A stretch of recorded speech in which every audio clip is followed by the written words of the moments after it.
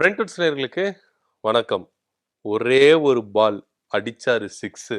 அந்த மாதிரி ஒரே ஒரு பாட்டு பஞ்சாயத்து க்ளோஸு அப்படின்ற ரேஞ்சுக்கு பாமக வந்து நின்னுருக்கு. பாமகல ஐயா ராமதாஸ் அவர்களுக்கும், அன்புமணி ராமதாஸ் அவர்களுக்கும் ஒரு சண்டை வந்துருச்சு.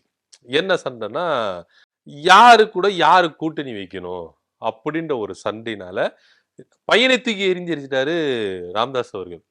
இவர் தலைவரே இல்ல, நான் தான் தலைவர் அப்படின்ற ஒரு ரேஞ்சுக்கு தன்னைத்தானே மகுடம் சூட்டிக்கினார் ஐயா ராமதாஸ் அவர்கள்.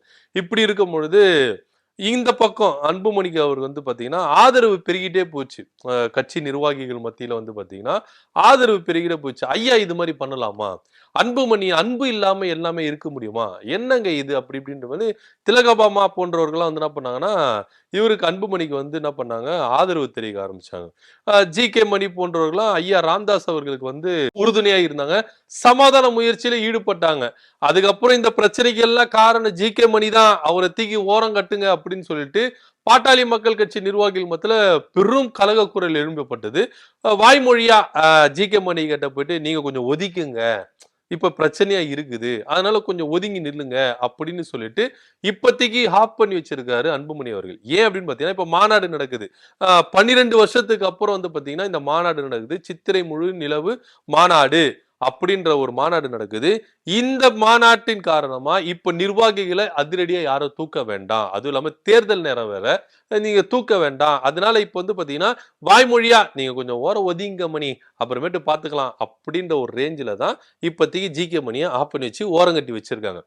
இந்த மாநாடு நடந்து முடிஞ்சிட்ட பிறகு அதிரடியான தீர்ப்புகள்லாம் வர்றதுக்கான வாய்ப்புகள் அநேகமா இருக்கு. அதுல எந்தவித மாற்று கருத்து இல்ல அப்படின்ற பேச்சுகள் அடிபட்டிருக்கு. இதன் மத்தியில இந்த மாநாட்டு விவகாரத்துல கூட பாத்தீங்கன்னா ஒரு பக்கம் அன்புமணியும் இன்னொரு பக்கம் ராமதாஸ் அவர்களும் வந்து ஏட்டிக்கு போட்டியா பண்ண விஷயங்கள், அது பாடல் வெளியீட்டு விழால இந்த ஏட்டிக்கு போட்டியா பண்ண விஷயம் அப்படின்ற ஒரு விஷயம் இருக்குது. அன்புமணி அவர்கள் வந்து என்ன பண்றாரு, ஒரு பாட்டு ஒண்ணு ரிலீஸ் பண்றாரு. இந்த மாநாட்டு குறித்த பாட்டு ரிலீஸ் பண்ணும்போது அன்புமணியை புகழ்ந்தே அந்த பாட்டு வந்து என்ன பண்ணுது வந்துட்டே இருக்கு. இதனால ராமதாஸ் அவர்களுக்கு வந்து உச்சகட்ட கோபம். ஆல்ரெடி ஒரு கோபத்துல இருந்தாரு. இப்ப இந்த விவகாரம் கேட்டோடனே உச்சகட்ட கோபத்துல போய் அடைஞ்சிட்டு அது எப்படியா அவர் வந்து பண்ணலாம் அப்படின்ற ஒரு ரேஞ்சுக்கு வந்து கேள்வி கேட்டதெல்லாம் வந்து வேற விஷயம். ஐயா இந்த அளவுக்கு தோட்டத்துல வந்து கோபமா இருக்கிறாரு அப்படின்ற ஒரு விஷயம் அன்புமணிக்கு தெரிவிக்கப்பட்ட பிறகு அன்புமணி ஐயாவை கூல் பண்றதுக்காக என்ன சொல்றாருன்னா இன்னொரு பாட்டியை வந்து என்ன பண்றாரு, ரிலீஸ் பண்றாரு. அதுல வந்து பாத்தீங்கன்னா ஐயாவோட அருமை பெருமைகள், ஆரம்ப காலகட்டத்திலிருந்து இன்னி வரைக்கும் ஏறெடுத்த போராட்டங்கள், அவருடைய உழைத்த உழைப்புகள், அவருதான் இனி எல்லாமே, ஐயா தான்பா இனி எல்லாமே, ஐயா என்ற பேர் சொல்லும் பொழுது எங்களுக்குள்ள ஒரு உணர்வு வருதுல அப்படின்ற மாதிரி எல்லாம் வந்து பாத்தீங்கன்னா பாடல் வரிகள் வந்து பின்னி படல் எடுக்குது. ஐயா தான்பா இன்னைக்கு எல்லாமே அப்படின்னு சொன்ன உடனேயும் பாட்டாளிகள் மத்தியில ஒரு பெரிய மகிழ்ச்சி, ஒரு எழுச்சி, ஒரு ஆவேசம் அப்படி இப்படின்னு தூளு கிளப்பிட்டு இருக்காங்க. ஒரு வழியா இந்த பாட்டை கேட்டோன்னு ஐயா வந்து கூல் டவுன் ஆயிருக்காரு. கூல் டவுன் அப்படின்ற மாதிரி கூல் டவுன் ஆயிருக்காரு. இதனால வந்து பாத்தீங்கன்னா அன்புமணி போட்ட பாலிலே விக்கெட் விழுந்திருக்கு, அன்புமணி போட்ட பாலிலே சிக்ஸர் அடிந்திருக்கு அப்படின்ற மாதிரி கருத்து தான் வந்திருக்கு. இதனால அன்புமணி போட்ட ஒரு பாட்டுனாலதான் ஐயா உக்கிரம் அடைந்தாரு. அதே அன்புமணி போட்ட ஒரே பாடல்னால இந்த பஞ்சாயத்து எல்லாம் க்ளோஸ் ஓவருக்கு வந்திருக்கு அப்படின்ற மாதிரி தான் பாமக வட்டாரங்கள் தெரிவிக்கப்படுது. இந்த மாநாடை எப்படியாச்சுன்னா சக்சஸ்ஃபுல்லா நடத்தி முடிச்சிடணும்பா அப்படின்னு சொல்லிதான். அதாவது அன்புமணி தலைவர் பதவியை தான் நான் புடுங்கினேன் கண்டி, அன்புமணிக்குள்ள பொறுப்புகள் அப்படிதான் இருக்கு அப்படின்றது ஐயா வந்து என்ன பண்ணாரு, தொடர்ந்து பேசிதான் இருந்தாரு. இந்த மாநாட்டை வந்து சிறப்பா நடத்தி முடிக்க வேண்டிய கடமை வந்து பாத்தீங்கன்னா அன்புமணி அவர்களுக்கு இருக்கு, அதனால ஒத்துழைங்க அப்படின்ற மாதிரி சொல்லிட்டாரு. சோ அதனால அன்புமணி அவர்கள் என்ன பண்ணாருன்னா இந்த மாநாட்டை எப்படியாச்சும் வெற்றிகரமா நடத்தி முடிக்கணும். ஏன்னா 12 வருஷத்துக்கு அப்புறம் நடக்குது, ரொம்ப பிரம்மாண்டமா இருக்கணும். ஒட்டுமொத்த அரசியல், தமிழ்நாட்டு அரசியல் மட்டும் இல்ல, இந்திய அரசியலே வந்து பாத்தீங்கன்னா நம்ம சமூகத்தை வந்து திரும்பி பார்க்க வைக்கணும், பாமகவை திரும்பி பார்க்க வைக்கணும், பாமகவோட ஸ்ட்ரென்த் என்ன அப்படின்னு சொல்லி எல்லாருமே தெரிஞ்சுக்கணும். மீண்டுமாய் தமிழ்நாட்டுல ஒரு கட்சி ஆட்சி அமைக்குதுன்னா அது பாமக தயவு இல்லாம ஆட்சி அமைக்க கூடாது அப்படின்ற ஒரு ஸ்ட்ரென்த்தை காட்டணும் அப்படின்றதுக்காக அன்புமணி அவர்கள் முழு மூச்சோட இறங்கி இந்த மாநாடு வெற்றிகரமா நடத்தி முடிக்கணும். இதுக்காக 10 லட்சம் பேர் வந்து நீங்க என்ன பண்ண கூடணும் அப்படின்னு சொல்லிட்டு எல்லா மாவட்ட செயலாளர்களும் நிர்வாகிகளும் டார்கெட்டை கொடுத்திருக்கிறாரு. இதனாலே வந்து பாத்தீங்கன்னா எல்லாருமே தலகால புரியாம என்ன பண்ணிட்டு இருக்காங்க, ஓட்டம் ஓடி என்ன பண்றாங்க, இதுக்காக மாநாட்டுக்கு எப்படியாச்சும் ஆளுங்களை சேர்த்துடணும்பா அப்படின்னு சொல்லிட்டு எல்லாருமே வந்து என்ன பண்றாங்க, ஆட்களை தேடி அலைஞ்சிட்டு இருக்குதா தகவலும் ஒரு பக்கம் வந்துட்டு இருக்கு. இதெல்லாம் ஒரு புறம் இருக்கட்டும். இப்போ இன்னொரு விஷயமும் பாமகல எழும்பி இருக்கு ஐயா ராமதாஸ் அவர்களுக்கு. என்ன அப்படின்னு பாத்தீங்கன்னா, ஐயா ராமதாஸ் அவர்களுக்கு எப்படியாவது ஜெயிக்கிற குதிரையில நம்ம ஏறணும்ப்பா. தோக்குற குதிரையிலேயே சவாரி பண்ணி எனக்கு வந்து தோய்ந்து போயிருச்சு. நான் மட்டும் தோஞ்சு போல. பாட்டாளி மக்கள் கட்சி நிர்வாகிகள் எல்லாமே தோஞ்சு போட்டாங்க. அதனால ஜெயிக்கிற குதிரையில ஏறி சவாரி பண்ணணும் அப்படின்னு சொல்லிட்டு ஐயாவுக்கு ஆசை வந்துருச்சு. அதனால வந்து பாத்தீங்கன்னா 2026 சட்டமன்ற எலெக்ஷன்ல திமுக கூட தான் கூட்டணி அப்படின்றத ஐயா அவர்கள் உறுதிப்படுத்தி இருக்கிற தகவல் வருது. இன்னொரு பக்கம் அன்புமணி அவர்களுக்கு என்னன்னா பாஜக கூட கூட்டணி வைக்கலாம். ஏன்னா அவருடைய மாநிலங்கள் பதவி வந்து முடிவடைய போகுது.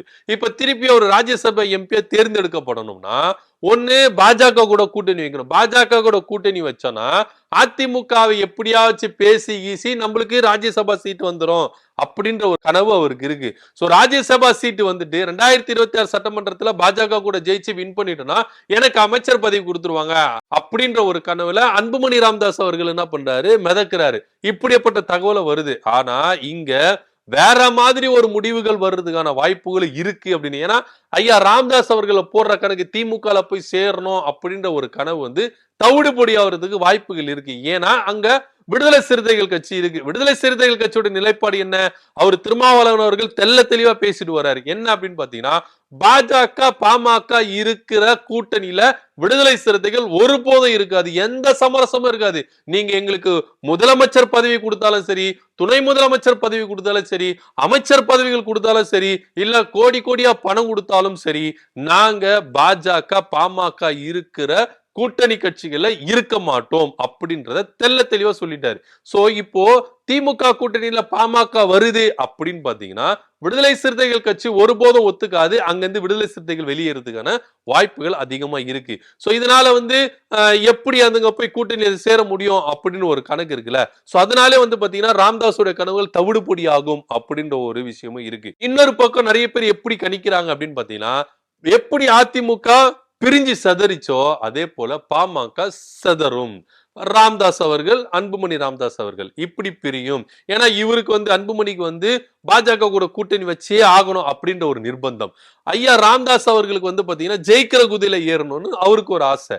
சோ இதனால வந்து பாத்தீங்கன்னா பாமக ரெண்டா உடையிறதுக்கு வாய்ப்புகள் அதிகமா இருக்கு அப்படின்னு தகவல் தான் வந்திருக்கு. இன்னும் அதிகாரப்பூர்வமா இல்ல.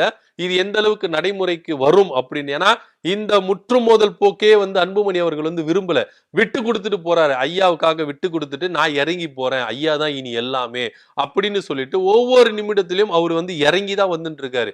ஐயா அவர்கள் உக்கிர கோவத்துல இருந்தாலும் அந்த கோவத்தை எப்படி தணிக்கணும், எந்த விதத்துல தணிக்கணும், எதை சொல்லி தணிக்கணும், எதை நடத்தி தணிக்கணும் அப்படின்ற விஷயத்த அன்புமணி அவர்கள் தொடர்ந்து செஞ்சுட்டு இருக்கனால பாமக உடையாது அப்படின்ற ஒரு நம்பிக்கையில பாமக நிர்வாகிகள் இருக்காரு. ஆனா எப்படி வேணாலும் மாறலாம். நினைக்காததை நினைத்து பாருங்கள், நடக்காததை நடத்தி காட்டுவார்கள் அப்படின்ற ஒரு ஸ்டேஜ்ல தான் இன்னைக்கு வந்து பாத்தீங்கன்னா பாமக தமிழ்நாடு அரசியல்ல பாமக போயின்னு இருக்கு அப்படின்னு சொல்லலாம். இதெல்லாம் ஒரு புறம் இருக்கும் பொழுது தமிழக வெற்றி கழகத்து கூட கூட்டணி வைக்கிறதுக்கும் வாய்ப்புகள் அதிகமா இருக்கு. ஏன்னா அவங்க ஆட்சியில் அதிகாரத்துல பங்கு தராங்க. நம்ம ஒருவேளை அங்க போய் சேர்ந்துட்டோம்னா நம்மளுக்கு ஒரு பெரிய மதிப்பு கிடைக்கும் அப்படின்னு சொல்லிட்டு ஒரு பேச்சுகள் இருக்கு. இதுல ஐயா ராமதாஸ் அவர்கள் வந்து ஒரு விஷயத்த வந்து தெளிவா புரிஞ்சுக்கணும். என்னன்னா முதல்வர் ஐயாவை வந்து நான் ரொம்ப இழிவா பேசினாரு. நான் போய் அவரை போய் பார்க்கணுமா, அவ்வளவு பெரிய ஆளா அப்படின்னு போய் கேட்டாரு. அப்போ விஜய் வந்து சின்ன பையனா இருக்கிறாரு. விஜய் கிட்ட எப்படி நம்ம போய் அடைக்கலம் தேடுறது, கூட்டணி வைக்கிறது அப்படின்ற ஒரு விஷயம். இந்த டிக்னிட்டி ப்ராப்ளம் இடிக்காது அப்படின்ற ஒரு கருத்தும் நிலவுது. ஆனா ஐயா ராமதாஸ் அவர்களுக்கு அதெல்லாம் முக்கியம் இல்ல, ஜெயிக்கணும் அதுதான் முக்கியம் அப்படின்ற ஒரு விவகாரத்துலதான் அவர் இருக்கிறாரு. அதனால இந்த ஏற்றத்தாழ்வு சின்னவன் பெரியவன் அப்படியெல்லாம் பார்க்க மாட்டாரு. ஜெயிக்கிறது தான் அவருடைய குறிக்கோளா இருக்கும் அப்படின்றதுதான் சொல்லப்படுது, விஷயங்கள் சொல்லப்படுது. சோ இதனால வந்து பாத்தீங்கன்னா இந்த சித்திரை முழு நிலவு மாநாடு பாமகவுக்கு ஒரு பெரிய திருப்பத்தை தரும் அப்படின்னு சொல்லிட்டு ஒவ்வொரு பாட்டாளி மக்கள் கட்சி நிர்வாகிகளும் என்ன பண்றாங்கன்னா சிந்திச்சு செயல்பட்டு இருக்கிறாங்க. சோ இந்த மாநாட்டுல ஐயாவுடைய அறிவிப்புகள் என்னென்ன மாதிரிகள் வரப்போகுது அப்படின்றதையும் பொறுத்து பார்க்கணும். ஏன்னா சில கோரிக்கைகள்லாம் அவர் வந்து என்ன பண்ண போறார், முன்வைக்க போகிறார் அப்படின்னு சொல்லிட்டு இந்த காடுவெட்டி குருவை பத்தி எல்லாம் ரொம்ப உயர்த்தி பேச போகிறார். அப்படின்னா அந்த குடும்பத்தையே கண்டுக்காம இருந்த பாமக இன்னைக்கு காடுவெட்டி குருவை வந்து ரொம்ப புகழ்ந்து பேச போறாங்க, அறிவிக்க போறாங்க அப்படின்ற தகவலும் வெளியே வந்துட்டு இருக்கு. சில பல கோரிக்கைகளும் முன்வைக்க போறதா அதுவும் இல்லாம தமிழ்நாடு அரசியலை திரும்பி பார்க்கிற அளவுக்கு இந்த மாநாடு இருக்கும், அந்த அளவுக்கு என்னுடைய பேச்சுகள் இருக்கும், என்னுடைய கோரிக்கைகள் இருக்கும், என்னுடைய அறிவிப்புகள் இருக்கும் அப்படின்றதையும் ராமதாஸ் ஐயா அவர்கள் என்ன பண்றாரு சொல்ல போறதா தகவல் வெளியே வந்திருக்கு. பொறுத்திருந்து பார்க்கலாம் என்ன நடக்குதுன்னு. ஆக மொத்தம் இந்த பஞ்சாயத்து அப்பா மகனுக்கிடையே நடந்த இந்த போர் பஞ்சாயத்து அன்புமணி போட்ட ஒரே ஒரு பாட்டினால முடிவுக்கு வந்திருக்கு. பாட்டாளி மக்கள் கட்சியில ரொம்ப ஜோரா இருக்கிறாங்க. என்ன நடக்க போகுது அப்படின்றது பார்க்கலாம். இதை பத்தி உங்களுடைய கருத்து என்ன அப்படின்றத கீழே கமெண்ட் பண்ணுங்க. நன்றி, வணக்கம்.